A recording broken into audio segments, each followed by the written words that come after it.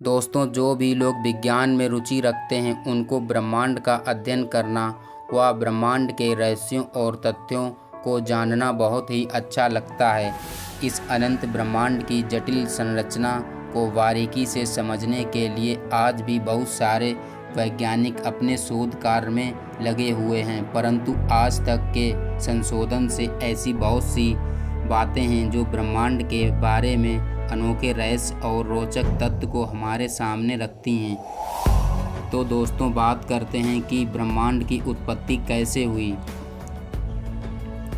दोस्तों, ब्रह्मांड संपूर्ण समय व सभी स्थान, अंतरिक्ष और उसकी आंतरिक सामग्री और ऊर्जा को कहते हैं, यानी ब्रह्मांड ही सब कुछ है।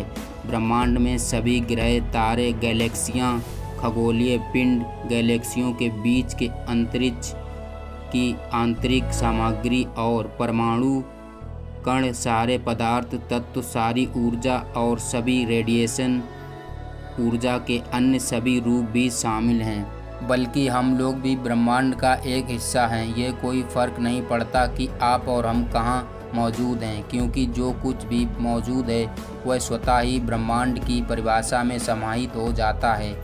वैसे देखा जाए तो पूरे ब्रह्मांड का सिर्फ 5% हिस्सा ही भौतिक पदार्थों से बना है, जिसमें ग्रह, नक्षत्र और तारे शामिल हैं। बाकी डार्क एनर्जी 68% और 27% डार्क मैटर है। इसे भी देखना मुमकिन नहीं है, लेकिन इसका असर दिखता है। दोस्तों, अब बात करते हैं कि ब्रह्मांड की उत्पत्ति कैसे हुई।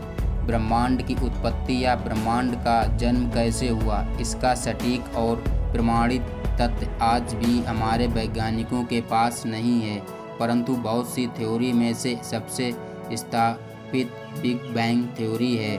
इस थ्योरी के अनुसार ब्रह्मांड की शुरुआत लगभग 13.7 अरब साल पहले बिग बैंग के साथ हुई थी, यानी हमारे ब्रह्मांड की उम्र 13.7 अरब वर्ष हो सकती है।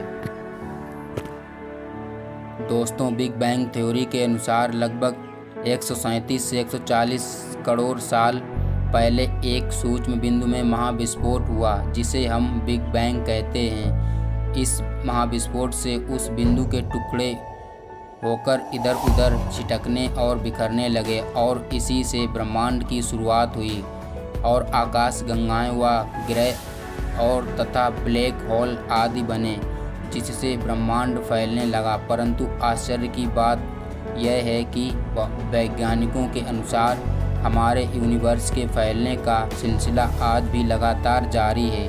ब्रह्मांड किन तथ्यों से बना है और ब्रह्मांड की संरचना कैसे हुई। दोस्तों, हमारे यूनिवर्स की अधिकांश सामग्री आधुनिक भौतिकी के लिए आज तक अज्ञात रूप में है। ब्रह्मांड में कुल ऊर्जा का लगभग 68% हिस्सा डार्क एनर्जी से बना है, जो यूर्जा का एक काल्पनिक रूप है और यह अंतरिक्ष समय के निर्वात में ही रहता है। हालांकि हार्वर्ड यूनिवर्सिटी के यूनिवर्स फोरम के अनुसार भौतिकीविदों को यह अभी तक नहीं पता है कि यह ऊर्जा कहाँ से उत्पन्न होती है और इसकी ताकत क्या है। यह डार्क एनर्जी ब्रह्मांड का लगातार विस्तार करती रहती है, जिसकी वजह से हर गैलेक्सी का एक दूसरे से फासला बढ़ता जा रहा है। ब्रह्मांड के पदार्थ और ऊर्जा का लगभग 27% हिस्सा डार्क मैटर से बना है, जिसे पदार्थ का एक आदर्श रूप माना जाता है जो प्रकाश के संपर्क में नहीं है। हालांकि अधिकांश भौतिक विज्ञानी सोचते हैं कि ये डार्क मैटर कुछ नए प्रकार के मौलिक गुण पार्टिकल्स हैं, परंतु इसका उन्होंने अभी तक प्रत्यक्ष रूप से शोध नहीं लगाया है। ये डार्क मैटर इतनी ताकतवर ग्रेविटी पैदा करती है कि आकाशगंगा के सारे तारे एक ही गैलेक्सी में बंधे रहते हैं, जिससे वे इधर उधर नहीं बिखरते हैं। दोस्तों, खगोल शास्त्री एडविन हबल ने 1920 के दशक में एक क्रांतिकारी खोज की। उन्होंने पाया कि ब्रह्मांड स्थिर नहीं है बल्कि विस्तार कर रहा है। हमारे यूनिवर्स में जो भी अकल्पनीय शक्ति जो डार्क एनर्जी के रूप में है, वह डार्क एनर्जी लगातार बढ़ती गति से ब्रह्मांड का विस्तार कर रही है। आज के समय में दूर की आकाश गंगाओं के अवलोकन से पता चलता है कि हमारे यूनिवर्स की सभी आकाश गंगाएं औसतन हर दूसरी आकाश गंगा से दूर जा रही हैं, यानी आकाश गंगाओं के बीच की दूरियां समय के साथ बढ़ रही हैं। इसका मतलब है कि अतीत में ब्रह्मांड आज की तुलना में छोटा व गर्म और कॉम्पैक्ट था। जिस गति से ब्रह्मांड बड़ा हो रहा है उससे खगोलविदों को ऐसा लगता है कि ब्रह्मांड स्वयं अपना विस्तार कर रहा है। दोस्तों, आपको बता दें कि ब्रह्मांड के फैलने का सिलसिला अब भी लगातार जारी है।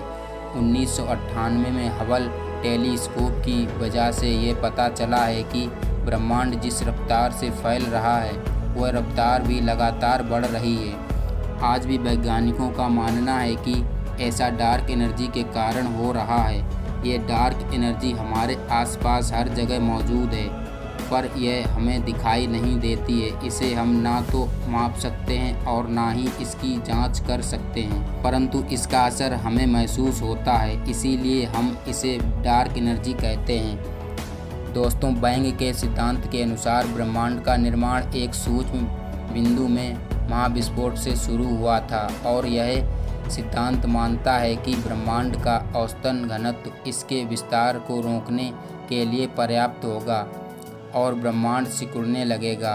दोस्तों, ब्रह्मांड के मुख्य घटक डार्क एनर्जी के प्रभाव के कारण ब्रह्मांड न केवल हर दिन बड़ा हो रहा है बल्कि हर दिन और तेज हो रहा है और आखिर में यह विस्तार लगभग हर आकाशगंगा को हमारे योग्य क्षेत्र से बाहर कर देगा।